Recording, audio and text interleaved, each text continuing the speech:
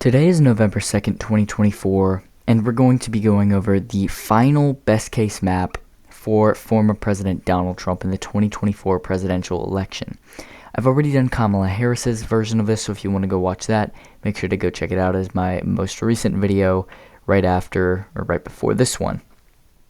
But anyways, getting into this, I'll start with some likely states for Kamala Harris, which there are quite a few of, and I'll quickly throw them down on the map. There are states like New Mexico, Nebraska's 2nd District, New Jersey, and I believe that is all for now.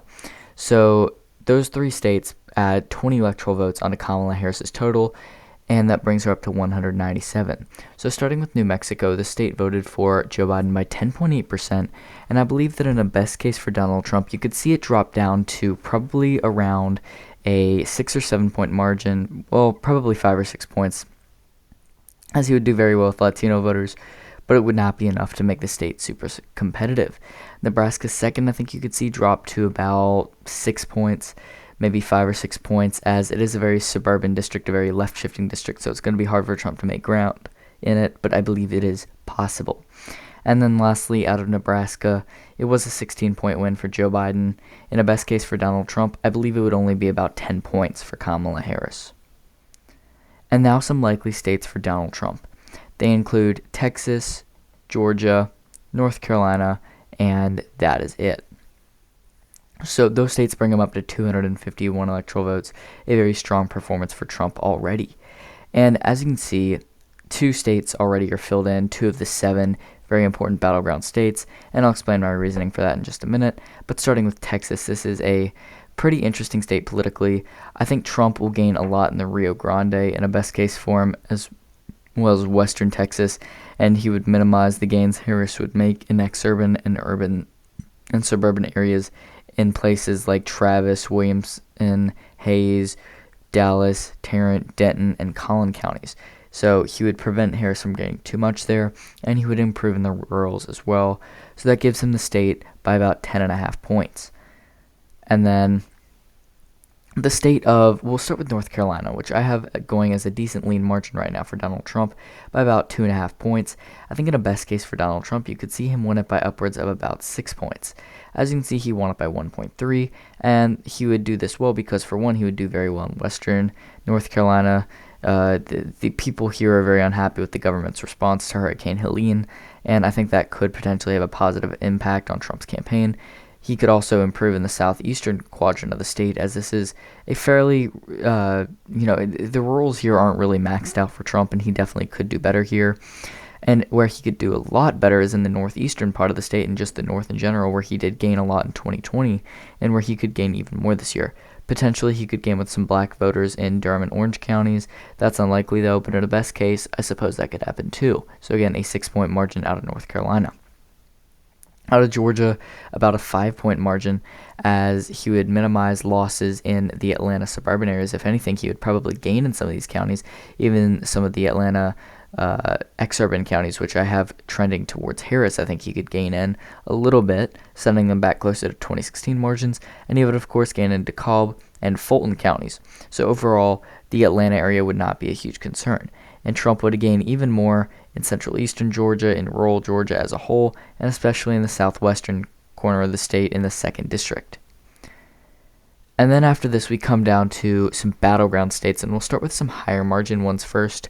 2 for Kamala Harris, Maine and New Hampshire, which I both believe would be around D+3 in a best case scenario for Donald Trump. So both of these states were pretty easy wins for Joe Biden in 2020 by 7.4 and 9 points respectively. Out of New Hampshire, there isn't a whole lot of ground for Trump to gain, but overall I think most counties would just shift towards him by 3 or 4 points, and that would bring the state down to about 3 points. Maybe the Nikki Haley base would coalesce around Trump better, and Harris just seems too left-wing for the state. Out of Maine, he could do much better in the 1st District and narrow some of these margins in the 1st District. He would probably flip Kennebec County and Waldo County and just improve overall everywhere.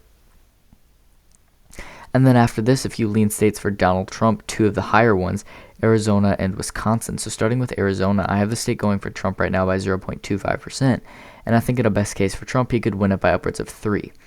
So in that event, early voting is already looking terrific for him, but in the event he wins it by 3, that would mean he does very well in Navajo, shifts Apache and Coconino to the right by decent margins. He improves in most of these rural counties by, considerable bit. He maybe even goes up in Maricopa a little bit, brings it down to about D+2. But then where he improves a lot, aside from Pinal County as well, is in Yuma, Pima, Santa Cruz, and Cochise counties, border counties, which he can really run on immigration, and I think he could run up the score in, helping him win the state by about 3 points. And then out of Wisconsin, a state where he has a lot of room to grow, or in the western and southern parts of the state, kind of these Dane County working class suburbs, as well as again just the western part of the state and the northern part of the state as a whole too. I think he could do better in Ashland, Bayfield, and Douglas County. Potentially he could flip Door County. He could do even better in Racine and Kenosha, which he did actually improve in 2020. And again, the southwestern corner of the state is one that he could really do better in, and this would help him win the state by about 3 to 4 points in a best case scenario. And then after this, we have a couple more states, and I'll fill them out individually from here on out. I'll clump Minnesota and Virginia together again. These two I think would be lean Democratic margins. Sure, Republicans are doing pretty good out of Virginia. However, it is still so unlikely that Republicans flip the state that I think even in a best case, it's about D plus 2.5. As you can see here, Biden won it by 10, and even if Trump would gain a lot in places like Virginia Beach and Chesapeake County, even if he would gain a lot in Nova, it still wouldn't be enough to prevent Harris from winning the state, in my opinion, as the Democratic Party's lines just run too deep in the state for it to flip on a presidential level. Minnesota, I think, would be close. It would be about 2 points as well, and Trump could make a lot of gains in the Iron Range in places like Carlton and Lake County. He could potentially flip Clay County, Blue Earth, Nicollet, make Olmsted closer, Winoma he could flip. But with the Minneapolis suburbs being so left-leaning now, and with them having a lot of room to grow for the Democrats, it would be hard to overall flip the state. So, in my opinion, best case for Donald Trump, D plus 2. And then after this, we come down to the final 3 states, and I'll start with the highest margin first. That is Pennsylvania, which would put him at 291 electoral votes, which is already a decent margin electoral vote-wise. And I think in a best case out of Pennsylvania, you could see him win it by about 3.5 to 4 points. This would be if Trump gains in Philadelphia and Harris either only barely gains in Delaware, Chester, and Montgomery, or she even loses some support here. But then Trump gains a lot in rural areas. He gains with Amish voters in Lancaster. He does better in Berks, Dauphin, Cumberland. He overall gains in rural areas, narrowly improves in center, flips Erie County, does super well in the western part of the state, narrows up Allegheny somewhat, shifts Bucks down to a tilt margin for Harris, or at least a low lean margin, and then does super well in the northeastern corner of the state in places like Lehigh, Northampton, Monroe, Lackawanna, and Luzerne. So again, a 3 to 4 point win. And then out of Michigan, I think, would actually be his next highest margin. I have this going tilt for Kamala Harris right now, but in a best case for Donald Trump, I think he could win it by probably about 2 points.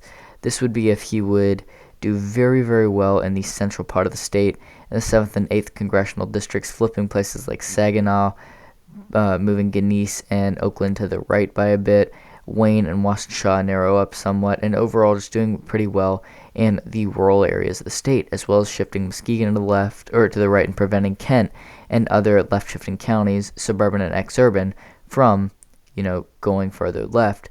And this would, again, keep Harris from crossing over the finish line. This would give Trump these electoral votes, and this would replicate a 2016 map without Nevada.